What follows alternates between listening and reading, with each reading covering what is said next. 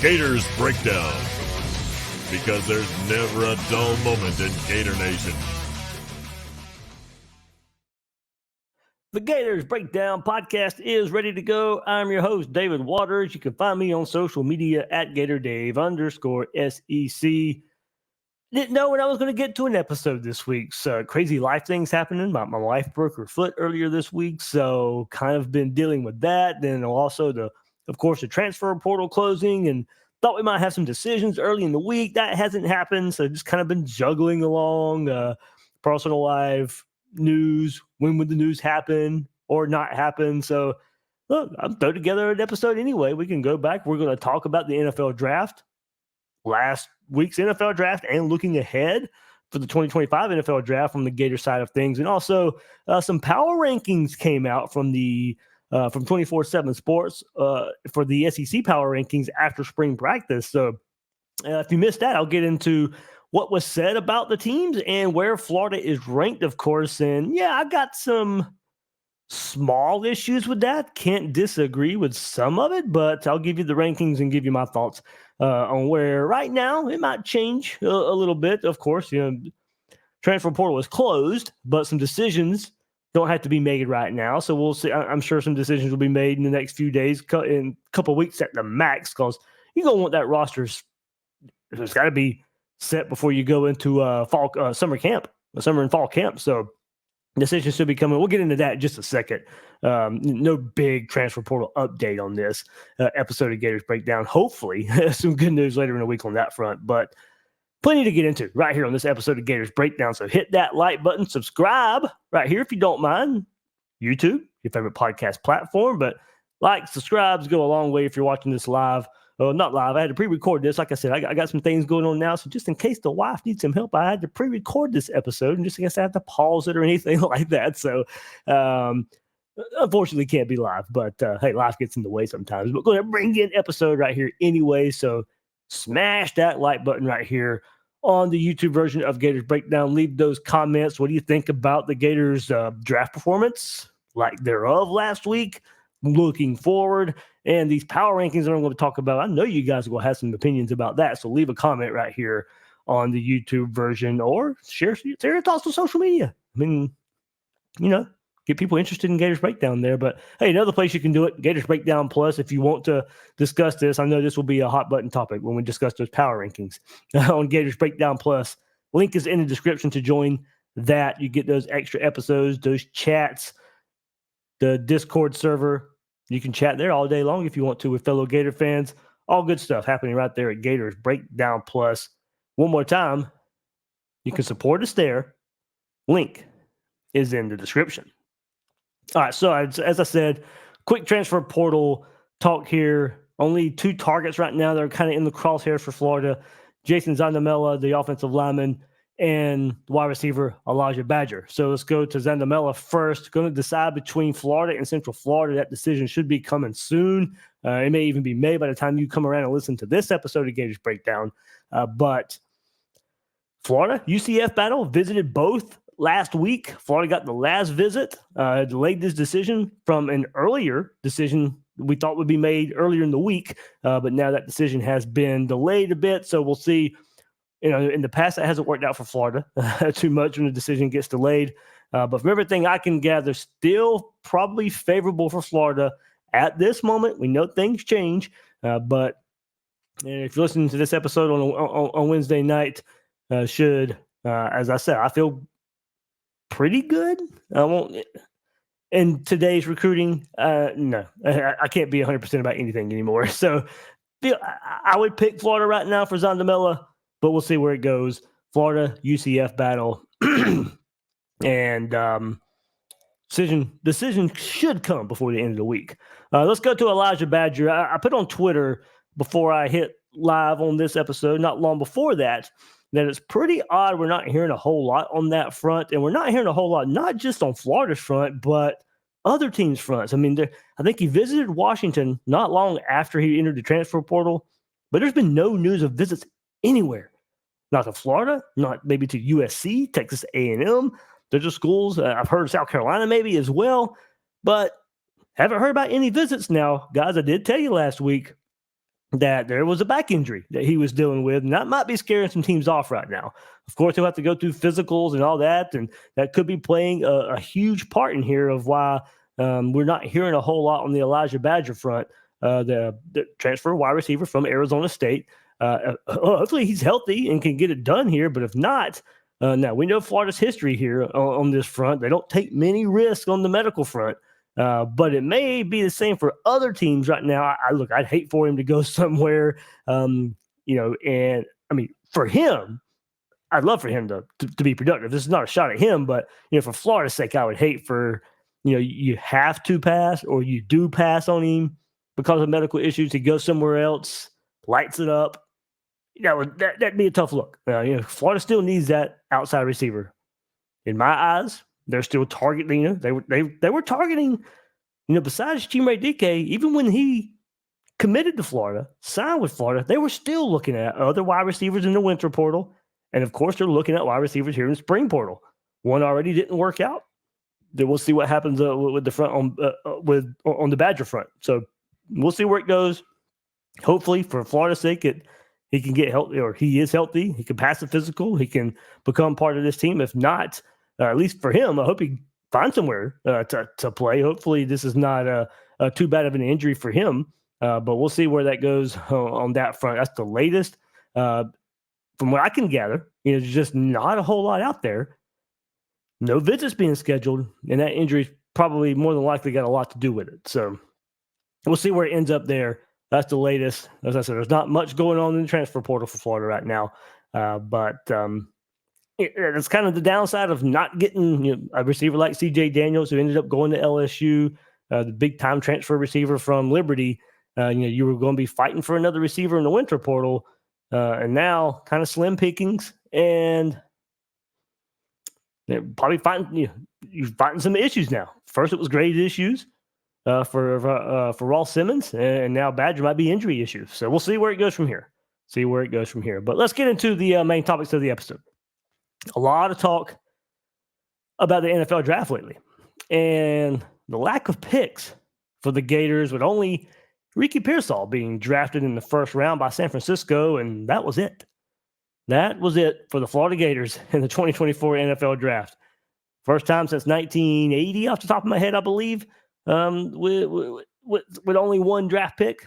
Still a long string of picks, but last time with only one draft pick, I believe, was 1980. So there's a couple angles to this, and the most popular one being out there, and I shared my thoughts on Twitter. We'll share it right here too in this episode. But one is the lack of numbers, and that being an indictment of the roster Dan Mullen left Billy Napier, and that's absolutely true. Hardly anyone out there beat the drum more of how bad recruiting was under Dan Mullen, no matter how mad it made a lot of you out there at the time. We didn't back down on what we thought about Dan Mullen's recruiting. Came to a head this latest NFL draft. No Mullen players currently on this roster were drafted, and only Tyron Hopper as a transfer. All this to say, it was a reason I wanted Napier to flip the roster a bit more away from Dan Mullen's players early on in the process. Not many have went on to do great things at Florida or anywhere else to this point. So moving on to get more early impact players to try and get more wins would have been my plan. I said that to begin with. And at the same time, we didn't know how this was going to work out, but that would have been my path to begin with. But the other side of it, I get the culture side of it. That didn't amount to wins immediately, and something that you may have to wait on. But, can you weather the storm of losses affecting recruiting and keeping players from transferring away? I brought that up before. You have lost, players like ETN and Princely and all that stuff, as losses have piled up the last couple of years. But I also think, I think there was belief from the staff that with having Anthony Richardson at quarterback a couple seasons ago, that caused Napier to believe the roster didn't need the turnover as much, and you can ride Anthony Richardson to more wins. But either way, their players were on the roster when we already were, at this pretty critical level of talent. So all this isn't much of a surprise with what we have seen in the latest NFL draft. And we go back a year ago, and I did an episode on the 2024 NFL draft, right after last year's NFL draft. And I think we kind of knew this, that it was going to be slim pickings for Florida in this coming up 2024 NFL draft. Jason Marshall was about the only player that I was looking at first round at the time that was really only coming up as a top pick. And that didn't even happen. So, that wasn't just, Florida fans being hopeful. There was a lot of Jason Marshall talk on draft boards and early mock drafts for 2024. Jason Marshall's name showed up on a few first round mocks. So we knew the lack of talent on this roster. Could Napier have done more to begin with to flip the roster? Sure, he could have. But chose his path, chose a way to kind of stick the locker room more together. His prerogative. And we'll see if that ends up all that culture building these last couple of years by keeping some of the Mullen players. We'll see if that works out. Some left right away, some left after season one of Napier, but hasn't been a whole lot of production on this roster, on other rosters of Dan Mullen players. So, but another angle to this was, and that was the biggest angle we saw, was where the roster was. Part of the reason Billy Napier has struggled is because what Dan Mullen left him. Well, we can throw that away now. This is year 3. This is his roster, his image now. But another angle to this was comparing results to Florida State and their draft numbers. All this was set in motion a year ago. Just mentioned, we already knew this wasn't going to be a big draft year for Florida, and that it would be for FSU, given they were building towards last season through the portal. FSU had 10 picks. Only one was a recruit signed originally by Florida State. That was Renardo Green. He was signed in 2019 by Willie Taggart. The other 9 draft picks for Florida State were all transfers. Started somewhere else. Now, they get credit for that. Don't get me wrong. That's part of the game now. But my point is, they were building for last season through the portal. It would show in this year's NFL draft. That was another angle to all this. Besides all the Dan Mullen stuff, compare it to FSU, and what they do? Well, we saw what they did, and it was a lot of based on the transfer portal. But, of course, I think you look at that, the numbers I think we know can be a bit cyclical with how many players you get drafted. Because a lot of people forget this time last year.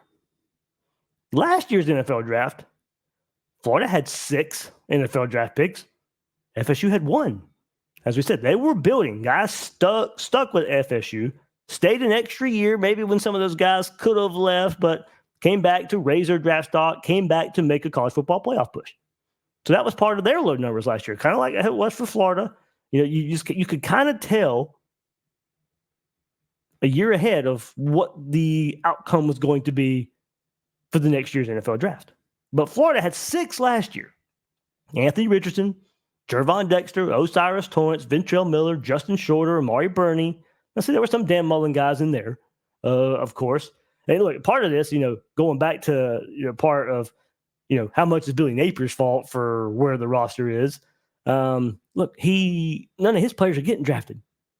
None of the players that this next year's NFL draft is the first time his recruited players are eligible to be drafted. It's going to take 3 seasons for his players to get drafted. So, of course, it's going to be mostly Dan Mullen players and transfer portal players. But going back to last year, those were the 6 drafted for Florida. FSU only had 1 in last year's NFL draft with Jamie Robinson getting selected. So just a year ago, the roles were reversed.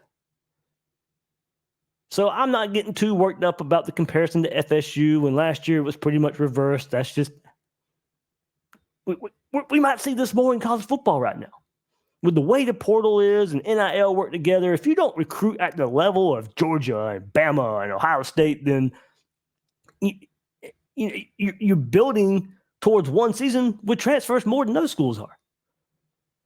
So building that way may be the route to go for a lot of these teams. There could be some in between, of course, but take a team like Ole Miss this year. They'll be the FSU of this coming season with all the transfer portal pickups.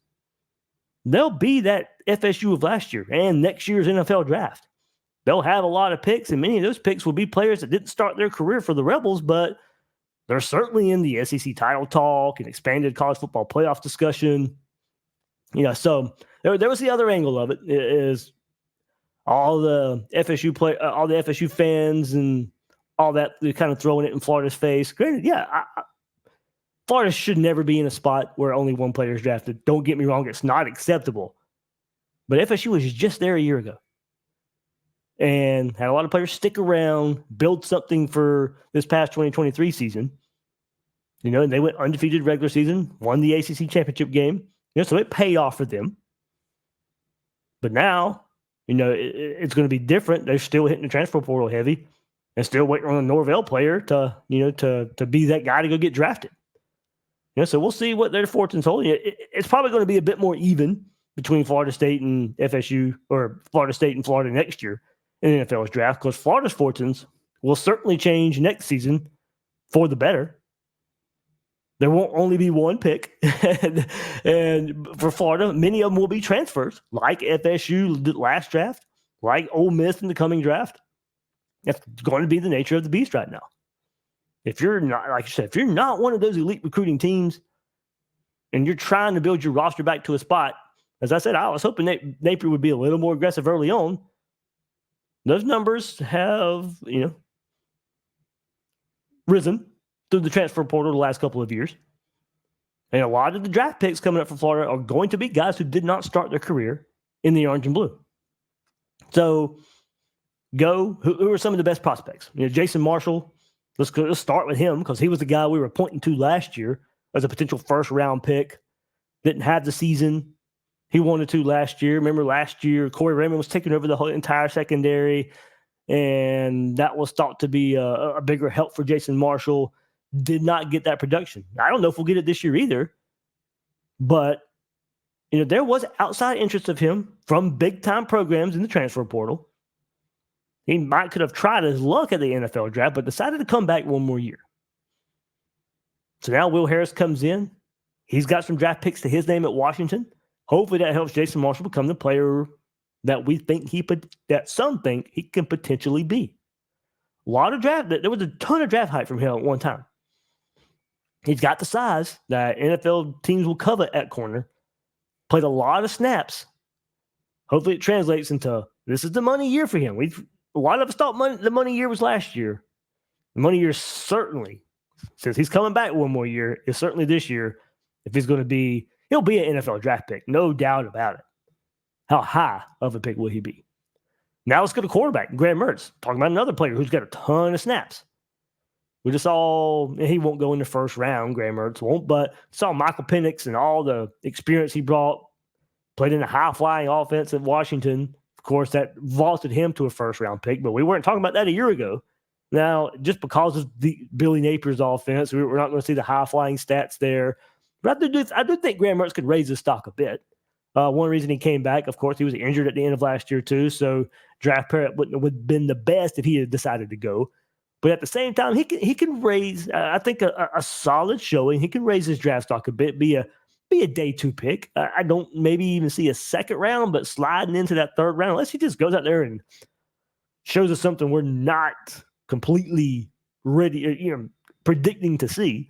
Now, I do know Jim Nagy, at the Senior Bowl, he tweeted out a couple of days ago that, and Graham Mertz is on this list of top 12 quarterbacks, in the Power 4, and Graham Mertz is there along with, Carson Beck and Quinn Ewers, Jalen Daniels, Jackson Dart, Cam Ward, Jalen Milroe, just to name a few, Dylan Gabriel, DJ Uiagalelei, so Shedeur Sanders, of course. So, next year's draft class isn't great at the top like it was this past draft class. So we won't see that run of quarterbacks we saw. I don't think we will a year away. Now, maybe some of these guys go out there and just completely blow the doors off of everybody. But Graham Mertz, in a not as deep quarterback, he'll get drafted. He certainly will get drafted. But I'd peg about a third round on him, probably third, fourth round at this time. But are Marshall and Mertz your top guys? keep going down the list. Montreal Johnson, certainly thought about going to the NFL. I do question how much he can raise his stock. Has he reached his ceiling as a player? 1 year at Louisiana, 2 years at Florida, going into his fourth season overall now. Certainly will have the carries. Can he show more as a pass blocker? He's pretty okay there. Can he show more as a receiver out of the backfield? I think NFL teams will probably want to see that, see how much versatility he has. But Montreal Johnson, he'll be drafted next year. So, Graham Mertz and Jason Marshall, we already beat last year's total of Ricky Pearsall only being drafted, but Montreal Johnson certainly eligible for the draft as well. Running backs, nowhere near a premium as they used to be. But Montreal Johnson should find his way on the NFL roster next year.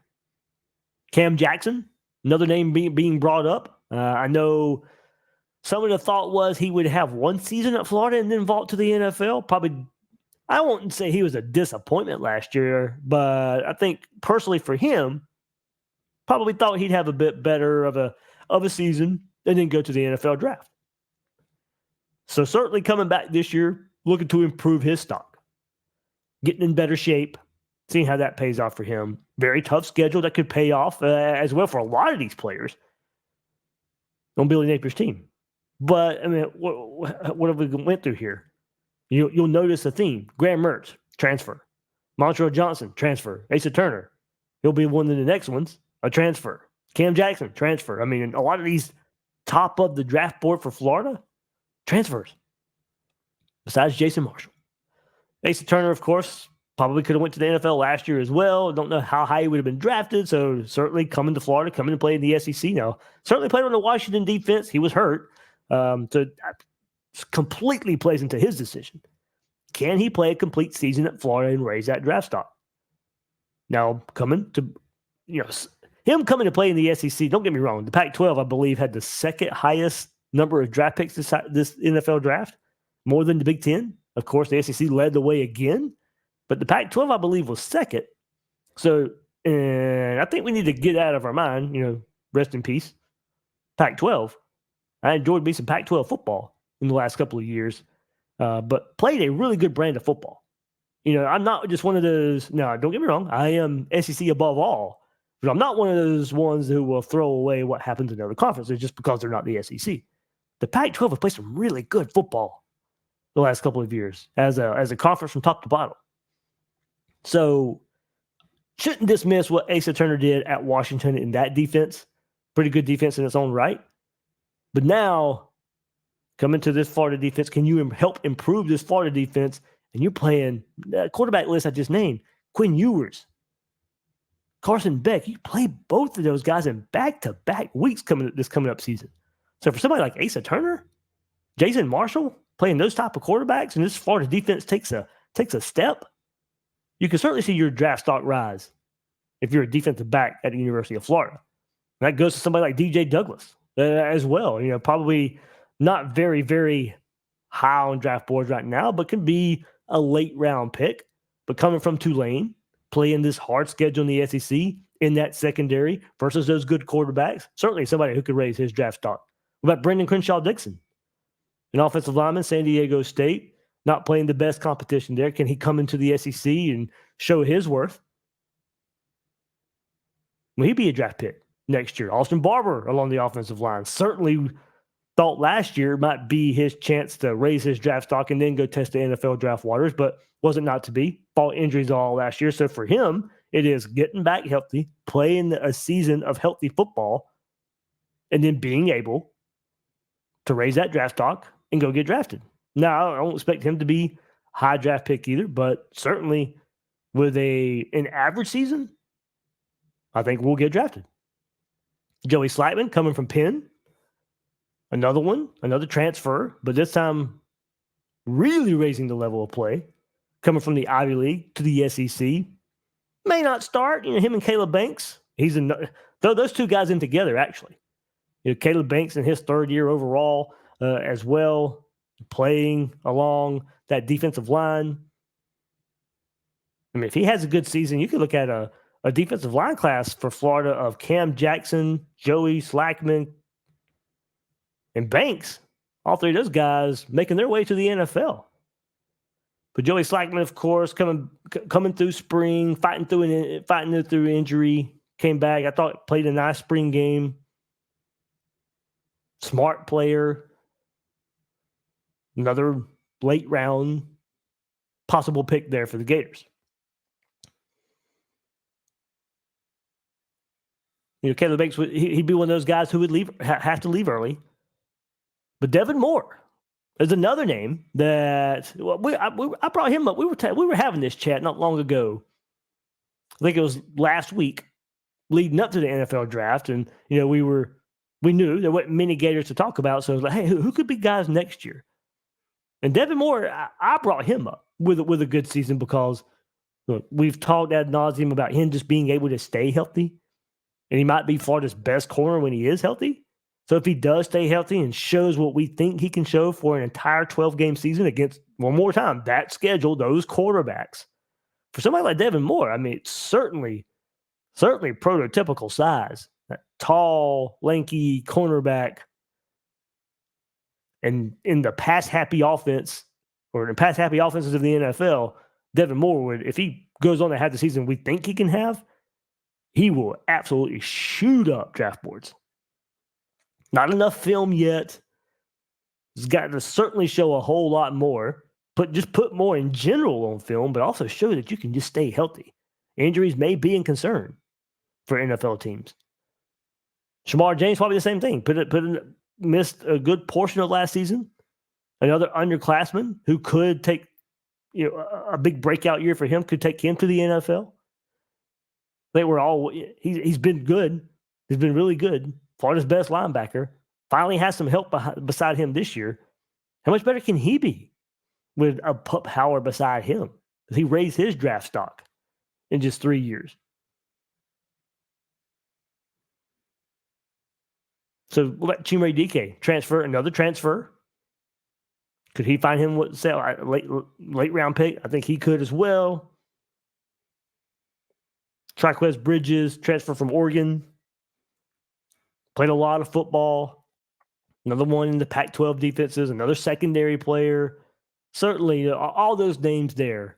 I mean, Florida could have up to 10 picks next year. Not all these guys probably get drafted, but I do think you certainly can see these guys with an improved season raise their draft stock. I mean, if I had to put a number on it right now, 7, 8 of them.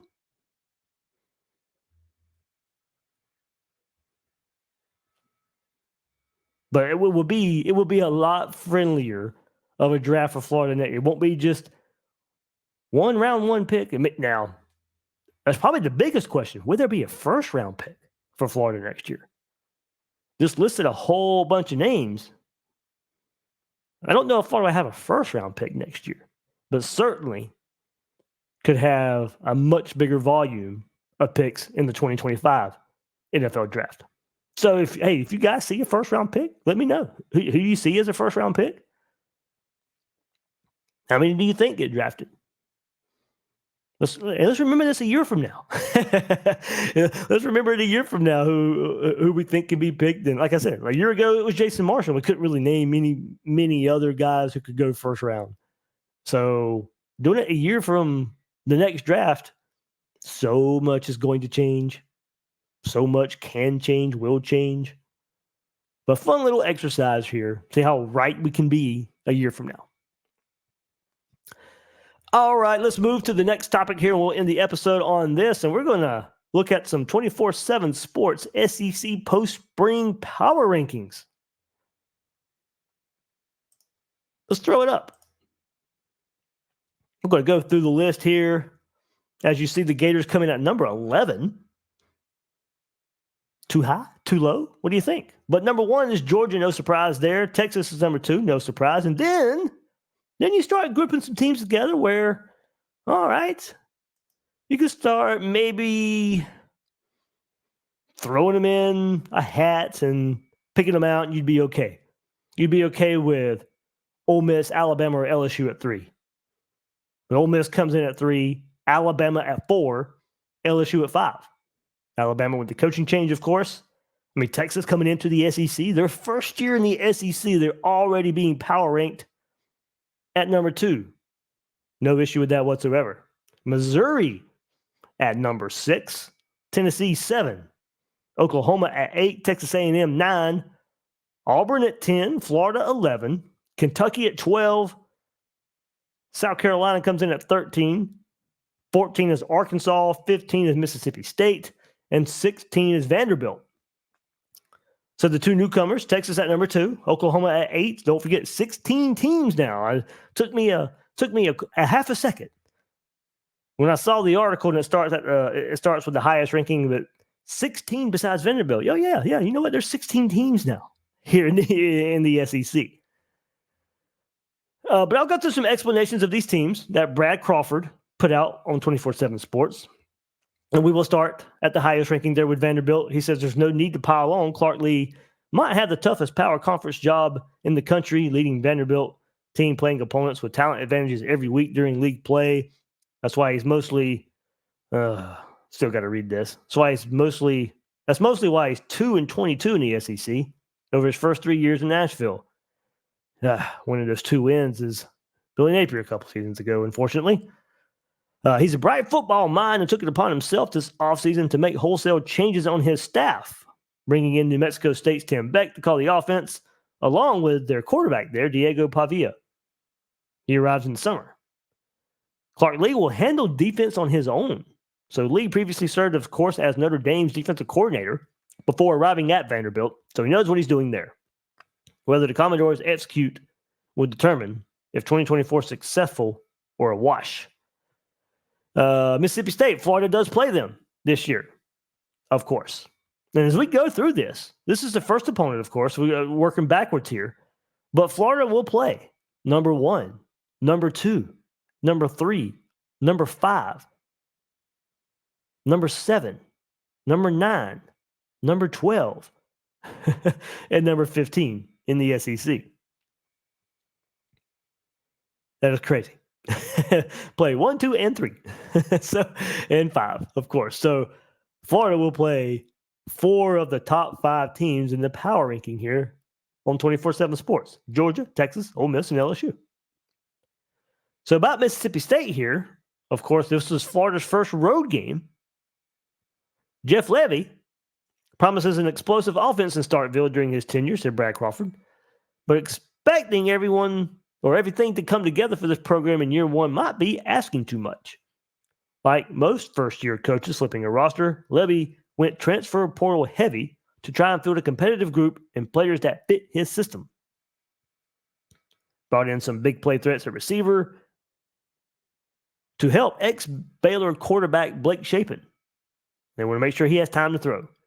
Nearly every starter along the offensive line is new to the program, and the same goes for the defense up front. Remember, they were really experienced up front on the defense last year, was Mississippi State. So they lose a whole slew of experience along the defensive front. But there we go. Florida's first road game, Mississippi State, might be playing ex-Baylor quarterback Blake Shapen. They're going to open up that offense, of course. Jeff Levy coming from Ole Miss there in Lane Kiffin. Of course, UCF a few years ago as well. But really changed their style after Mike Leach passed away. Changed head coaches for whatever reason. How it had Rodgers there, completely changed the offense to a more run approach or more balanced offense instead of keeping with the air raid. Really ruined Mississippi State last year. Now have another new head coach in Jeff Levy. So Florida's had trouble, of course, in Starkville in years past. Last time there, though, Dan Mullen getting a win over his former team in 2018. But historically, been a pretty tough spot there for Florida. For sake of time, I won't say much about Arkansas, of course. We don't play them. Florida doesn't play them this year. Did beat Florida last year in the Swamp, of course. But just quick highlight, nearly half of the Razorbacks starting 22 will be transfers there for Sam Pittman. Of course, he's on the somewhat hot seat. That Florida win last year may have saved his job. Of course, bringing in Bobby Petrino at OC, transfer quarterback Taylon Green. KJ Jefferson leaves to go to UCF. we'll play Florida again this year. So Arkansas got a lot to work out there for Sam Pittman. And a year, he probably fighting for his job. Number 13, of course, South Carolina. As you can see, they're anxious to see if their offensive line improves. Florida does not play them this year as well. Got to get used to that. Not playing. There's no SEC East, no SEC West. So don't play South Carolina this year. Don't play Vanderbilt this year. A lot of that to do with how tough Florida's schedule is this year. But you don't play the number 16 team in Vanderbilt like you should play or used to playing. Don't play number 13, South Carolina there. So, of course, going through quarterback change, Lenore Sellers, they're really excited about him at quarterback, but have to replace first-round pick Xavier Leggett there at receiver. But there we go. Juice Wells, another receiver, left for Ole Miss. So, got to replace weapons, got to replace their quarterback. But they're really excited about Lenore Sellers. Of course, Florida got Pup Howard from him. They were banking on him to be a key piece in their defense. So South Carolina really got hit by transfer portal departures this past year. We'll see how they make up for it. Coming in at 13th on the power rankings.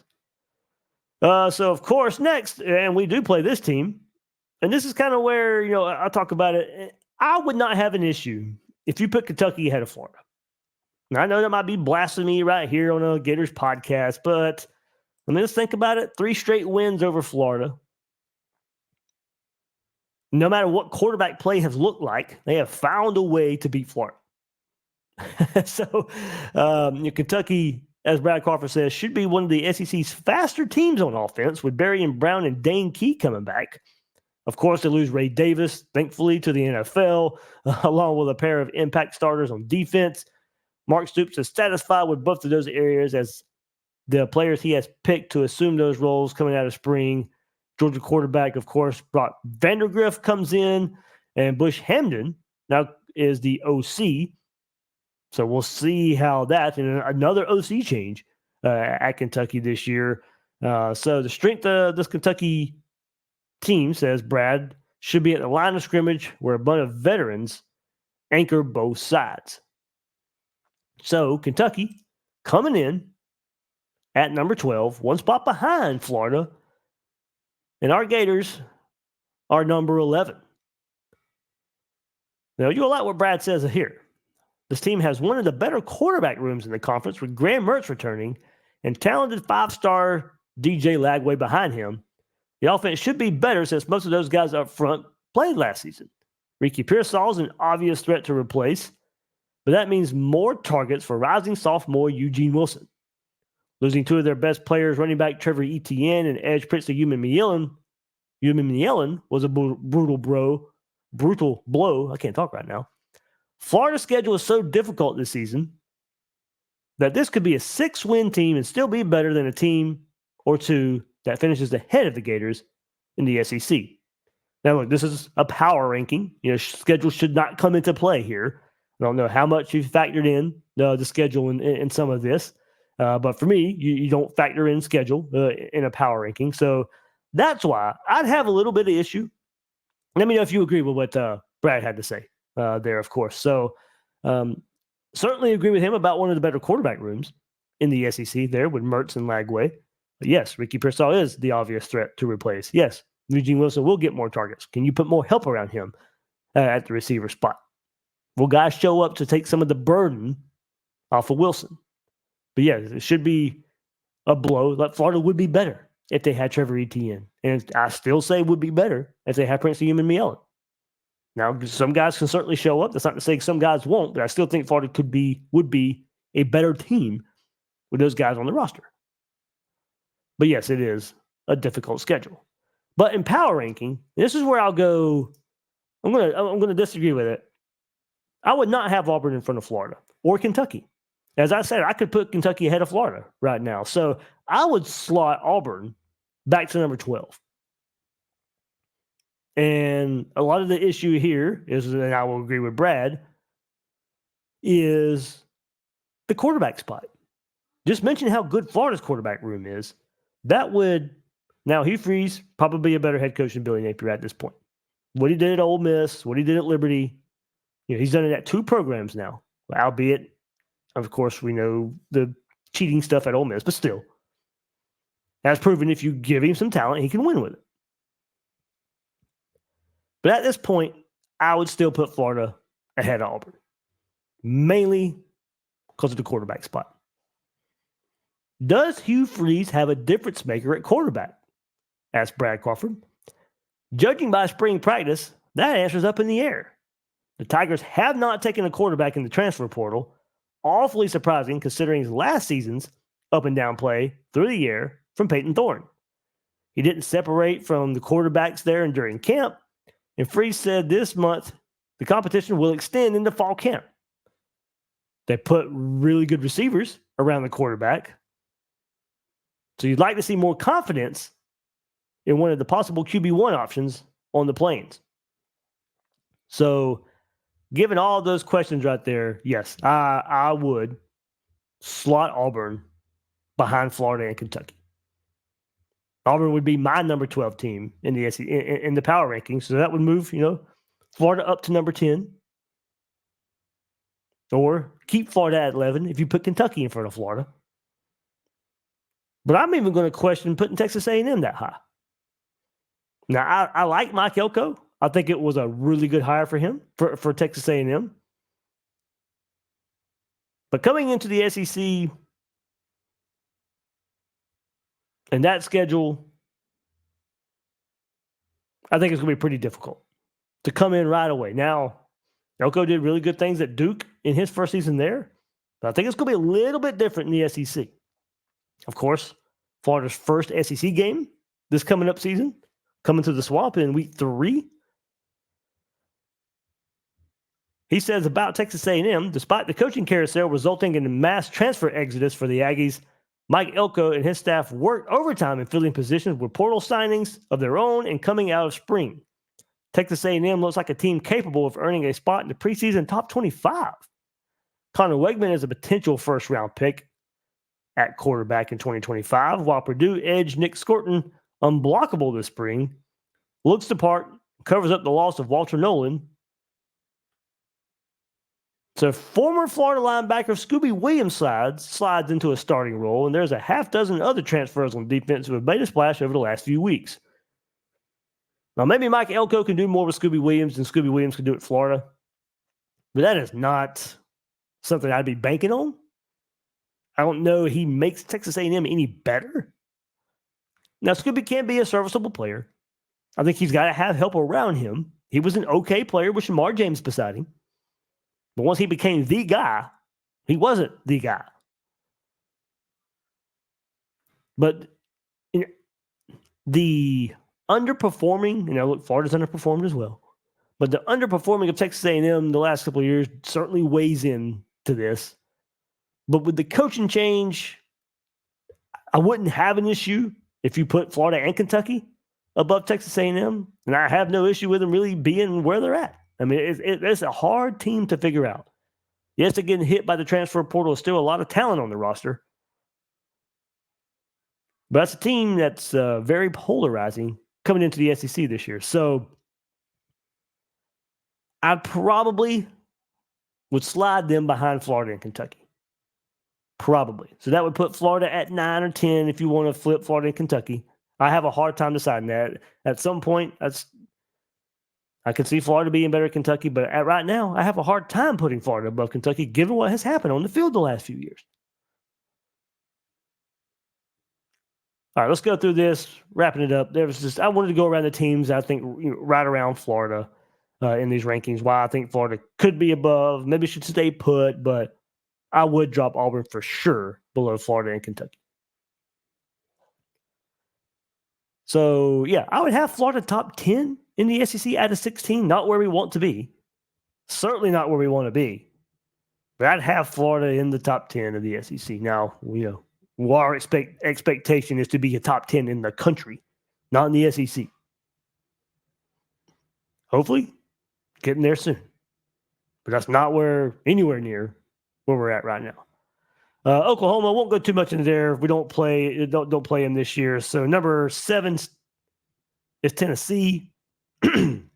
It's always nice to have 2 of the top players in the SEC starting on each side of the ball, and that's the situation Josh Heupel was in with the Vols, says Brad Crawford. Assuming Nico Amialeva, hope I said that right, Amaleva, is the real deal at quarterback, and James Pierce has another disruptive season on defense, Tennessee should make moves. The secondary could be worrisome since much of it's brand new, and there are heightened expectations on a budding group of running backs to assist Amaleva and make things easy on the first-year starter. Now, I might flip Tennessee and Missouri, but that really does depend on Nico being the hype train that's behind him right now. But for Missouri, Brad says, some teams crumble with more exposure while others thrive in the limelight.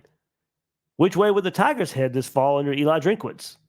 Most starters on offense return, including quarterback Brady Cook and all-world playmaker Luther Burden. But of course, they lose SEC's leading rusher Cody Schrader. And then on defense, 3 dependable defensive backs were NFL draft picks over the weekend, along with the team's top pass rusher. And then they lose DC Blake Baker to LSU. So, yeah, I would have Tennessee above Missouri, but splitting hairs probably. All right, so let's go top 5. One more Florida opponent, LSU. This should be a competitive, if not elite, team for Brian Kelly in his 3rd season at LSU. However, it is understandable to question college football playoff hopes after losing 3 first-rounders on offense. Heisman winner JT Daniels, and of course, those receivers, Malik Neighbors and Brian Thomas Jr. LSU, as I spoke about it earlier with CJ Daniels, they feel like they've reloaded in those spots via the transfer portal. But that's an optimistic viewpoint. I mean, those are really good receivers they will not be easily replaceable. Several all-conference hopefuls are back on the offensive line. Linebacker Harold Perkins leads a defense that is possible top 5 selection in 2025. They got to get that side of the ball fixed too, just like Florida. Now, they had a more explosive offense last year to help make up for it and lose only 3 games with that bad of a defense. Still have Harold Perkins. Can they get first-year Harold Perkins instead of last year Harold Perkins? As I said, Blake Baker, the DC at Missouri, comes over and is the defensive coordinator at LSU now. But certainly a lot of questions. On that side of the ball, one more time for LSU. They should be improved, but man, they still got a ton of secondary questions, just like they had last year. So about Alabama here, that's the team that's number 4 here. It's likely unsafe to doubt Alabama under Kalen DeBoer, given his track record of past success as a head coach. But this pressure cooker is a bit different in the SEC. The Crimson Tide appear to be in great hands at quarterback, despite losing 5-star signee Julian Sayin to Ohio State, and defensively could potentially absorb the loss of Caleb Downs too. The offensive line should be a strength, and the ground game will blossom with Justice Haynes and Jam Miller getting more reps as featured options. A couple players Alabama staff should be excited to see this fall include Washington transfer wideout Jeremy Bernard, along with freshman defensive backs Jalen Mbwake and Xavier Brown. So, Alabama, new coach, Woke goes on there. DeBoer comes into Washington, success right away, plays the national championship in year 2 last year, makes his way to Alabama. Now, one more team that will be visiting the Swamp, number 3, Ole Miss. On paper, this Ole Miss roster looks like a group with a playoff berth on the horizon. Lane Kiffin essentially drafted a new defense ahead of the 2024 season after seeing what Alabama and Georgia did to the Rebels up front. There's 6 starters on defense from the portal, including Nolan Uman-Mielen and Arkansas linebacker Chris Poop Hall. Toss in a couple new running backs, ex-Gamecocks star Wells and 3-headed monster returning offensively of Jackson Dart, Trey Harris, and Jordan Watkins, and this group is loaded. Just imagine if they had Quinshon Judkins and he stayed another year in Oxford and not left for the Buckeyes. Well, that's the question for Ole Miss, right? Question is, can they win those big games? They're at a spot now where they're up underneath Bama, underneath Georgia, but can't quite jump over those teams. Now, in an expanded college football playoff, they could probably still get in. And now maybe other teams pick off Georgia or pick off teams you would perceive to be better than them, and they kind of work their way through it. But that's the next step for this team. They play Georgia again. They come to the Swamp in November. They got some big games. It's very reminiscent of Dan Mullen and Florida coming out of 2019. Remember the 2 losses Florida had that year? The only 2 losses were Georgia and LSU. 2020 was supposed to be about taking that next step. Lane Kiffin here in a similar situation. Now has the benefit, one more time, of an expanded college football playoff. But can they get past the big teams? Another team, of course, the Gators will go on the road the week after they play Georgia and go to Texas. Steve Sarkisian knew much of his skill talent was going for the NFL draft and put a plan in place for the Longhorns. 3 new starting wideouts all came via the transfer portal, including the coveted Isaiah Bond from Alabama. Texas needed a standout edge rusher and landed UTSA's Trey Moore and one of the group of 5 sack leaders in 2023. Anthony Hill might be the nation's most athletic sophomore linebacker, and he's primed for a nationally relevant campaign. The Longhorns' first season in the SEC should be special, and Quinn Ewers or Arch Manning have not been mentioned yet. Now, you don't have to mention Arch Manning because Quinn Ewers is and should be the starting quarterback. But if anything happens there, Arch Manning, of course, waiting in the wings. Interesting game for Florida, of course, going to Austin. Should be great atmosphere. Be those Texas fans' first time seeing Florida in Austin. And for Florida to be the week after playing number 1 SEC power-rated Georgia. Georgia has a conference championship to win after seeing its unbeaten season nullified by Alabama in Atlanta. The nucleus of that team is back, but not everyone. Carson Beck at quarterback, 5 senior starters on defense, and the additions of Florida running back ETN, Miami's Colby Young at the X, and Vanderbilt's London Humphreys at the Y wideout spot makes this team formidable once again. Georgia's schedule is brutal. Hey, that's for change. But no drop-off is expected under Kirby Smart. And don't get me wrong, I think they would have handled pretty much any schedule you threw at them the last few years, but it is nice to see, even though no Texas A&M on the schedule in the next couple of years, but nice to see, them having to play Alabama in the regular season. Of course, they got to play Ole Miss as well. So probably will be more tougher this year than next year. But still, Georgia should be the number 1 team in the country. They've earned it. They would be my number 1 team. They'd be probably my pick to win the national title next year. But still nice to see them have to play a bit tougher schedule than normal, than the last few years. It's not a shot at Georgia. It's just a shot at the schedule. As I said, they probably go undefeated anyway, most of those years.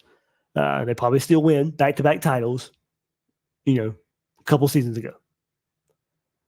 But there we go. There's your power rankings. You guys agree with that? I think Georgia should be 1. I think Texas should be 2. After that, pretty open for some groups of teams.